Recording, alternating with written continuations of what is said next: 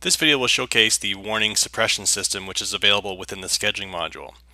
The purpose of the warning suppression system is to enable the conflicts and overbooks section of the scheduling module to hide things which it detects to be a problem, but in reality are maybe intentional or not that big a deal. So for example, we're looking at the data glance in our sandbox site, and we've got a few things scheduled which it has detected as a potential issue.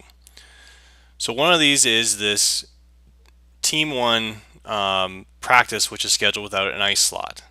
And we can see that is represented here. Now, we've labeled this as team purchase, so perhaps the team has gone and bought their own ice for this particular practice, which is something that you need to know about as a scheduler, but maybe not something that we need to be warned about. So in the warning suppression option, we can go into the suppress overbooked practice labels option to indicate that we don't want anything that is labeled team purchased, or you can simplify and just say team, but in this case we'll be specific and say team purchased and update. And when we go back to the data glance, we now have this one suppressed warning notice, and it's no longer telling us about this particular issue. Now we can click on the one suppressed warning and it will then re-show what that actual issue is that it has suppressed, and we can click on it again to hide it once more. The other thing that you might want to hide is in the case of multiple teams using the ice simultaneously for like modified ice games, half ice games, things like that, where you have more than two teams on the ice at the same time.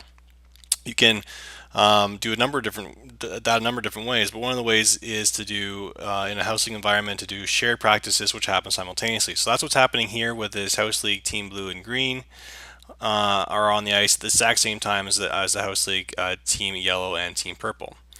So to get that to go away, we can go back into our setup and warning suppression system, and that is going to show up here where we want to suppress practice venue conflicts for leagues. And what this is looking for is a comma separated list of league names where you know that you're going to be over or double booking those practices by default. So we're going to do sample league 1.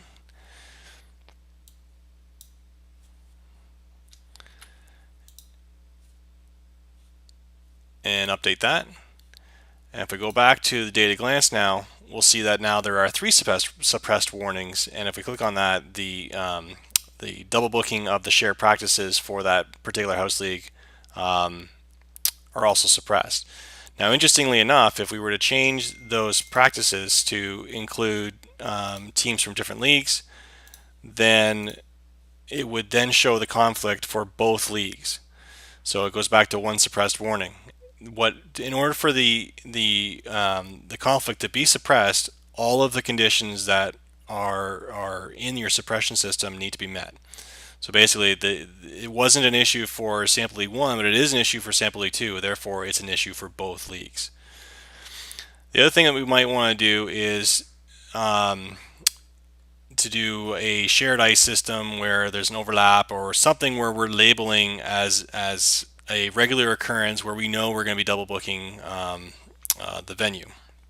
So in this case, we've got these 2 practices labeled as Ice Max, which is a system where the teams have a half hour by themselves. They're shared for a half hour in the middle, and then there's a half hour at the end for the second team. So again, within the setup and warning suppression system, we can also say we want to suppress conflicts of practice labels, and this is where we can put Ice Max and update that. And I'll also go ahead and put sample league 2 here to indicate that we want to get rid of that warning suppression for this shared practice that's now happening between teams in 2 different leagues.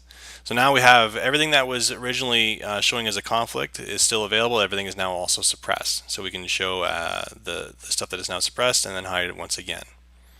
So within that warning suppression system, again, there's a whole bunch of different options here. So if you've overbooked tryouts, so again, an overbook is something scheduled without a corresponding ice slot or field booking in the case of a non-hockey sport. You can just basically say that we're not going to put the purchased contract ice into the system at all for tryouts, so just hide all of them. Or you can say, well, we do want to show the conflicts or the overbooks for tryouts, but only for specific labels, so you can put that in as well, same as the practices. Same thing with exhibition games. If the teams are buying their own ice for purposes of playing exhibition games and maybe just don't want to show that as a potential conflict, so you can choose to enable that as well. And then the game conflicts for leagues or teams, and then also the practice venue conflicts for leagues or teams. That actually should be say teams.